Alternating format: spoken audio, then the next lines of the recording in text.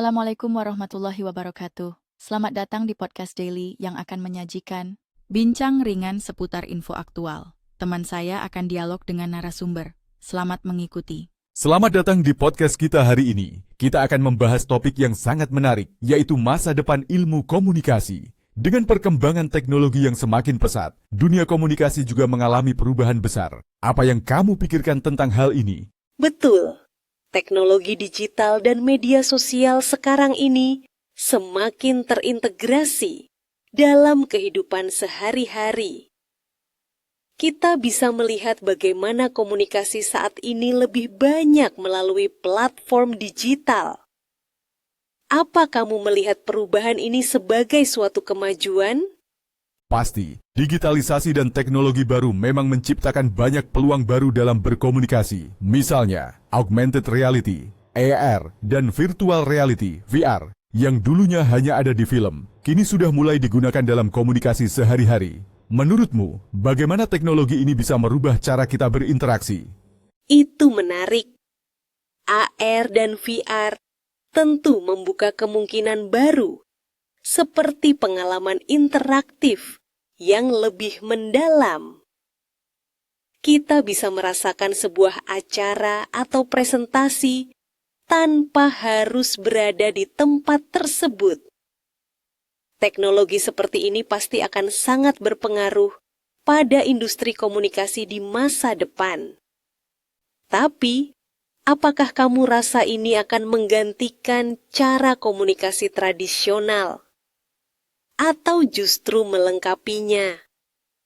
Saya rasa, teknologi seperti AR dan VR justru akan melengkapi komunikasi tradisional, bukan menggantikannya. Contohnya, media sosial yang masih sangat dominan, namun ditambah dengan pengalaman imersif dari VR, itu bisa menambah dimensi baru dalam berkomunikasi. Selain itu, ada faktor penting lainnya, yaitu kecerdasan buatan AI. Apa menurutmu peran AI dalam ilmu komunikasi? AI tentu akan semakin berperan penting. Saat ini, AI sudah digunakan untuk menganalisis data besar dan memprediksi perilaku audiens. Dengan begitu, kita bisa lebih memahami audiens dan membuat konten yang lebih relevan. Namun, ada juga tantangan besar terkait privasi dan etika, bukan? Ya, etika dalam penggunaan data dan privasi memang menjadi isu yang semakin penting. Seiring dengan perkembangan teknologi, kita harus lebih berhati-hati dalam menyebarkan informasi, terutama yang berkaitan dengan data pribadi. Ini juga menyangkut bagaimana kita mendidik generasi mendatang untuk memahami tanggung jawab sosial dalam komunikasi. Itu benar. Terlebih lagi, mahasiswa di program studi ilmu komunikasi perlu dipersiapkan dengan keterampilan yang relevan. Misalnya, bagaimana menurutmu perguruan tinggi bisa mempersiapkan mahasiswa menghadapi perubahan ini? Salah satu cara adalah dengan memperbarui kurikulum agar mencakup teknologi terbaru, seperti analisis data dan penggunaan AI dalam komunikasi. Selain itu, mengintegrasikan ilmu dari disiplin lain, seperti psikologi dan sosiologi, akan memberi mahasiswa pemahaman yang lebih luas tentang dinamika komunikasi. Itu langkah yang sangat bagus. Selain itu, keterlibatan langsung dalam proyek industri dan magang juga sangat penting. Mahasiswa perlu merasakan langsung tantangan yang ada di lapangan.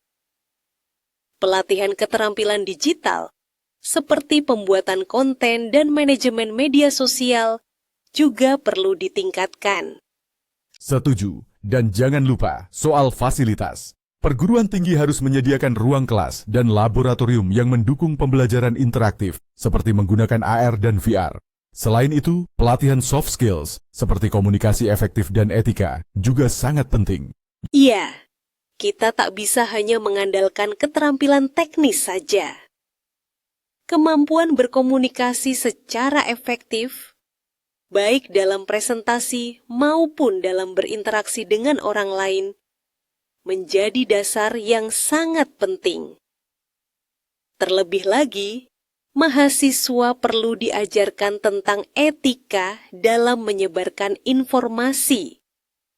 terutama mengenai privasi dan disinformasi. Betul sekali, keterlibatan dalam penelitian juga perlu ditekankan. Mahasiswa harus didorong untuk melakukan riset terkait tren komunikasi terbaru dan dampaknya terhadap masyarakat. Kolaborasi dengan industri akan memperkaya pengalaman mereka. Itu sangat penting. Kolaborasi antara akademisi dan industri bisa menciptakan sinergi yang menghasilkan solusi yang lebih relevan dan aplikatif. Selain itu, kompetisi dan festival komunikasi juga bisa menjadi wadah bagi mahasiswa untuk menunjukkan kreativitas mereka dalam berkomunikasi. Saya setuju, melalui berbagai langkah ini, mahasiswa akan dipersiapkan dengan baik untuk menghadapi dunia komunikasi yang semakin kompleks. Ilmu komunikasi akan terus berkembang, dan mereka yang siap dengan perubahan ini akan menjadi pemimpin masa depan dalam bidang ini.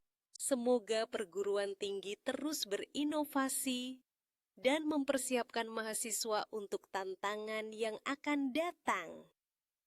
Terima kasih sudah berbincang tentang topik yang sangat menarik ini. Sampai jumpa di podcast berikutnya. Terima kasih juga. Sampai jumpa.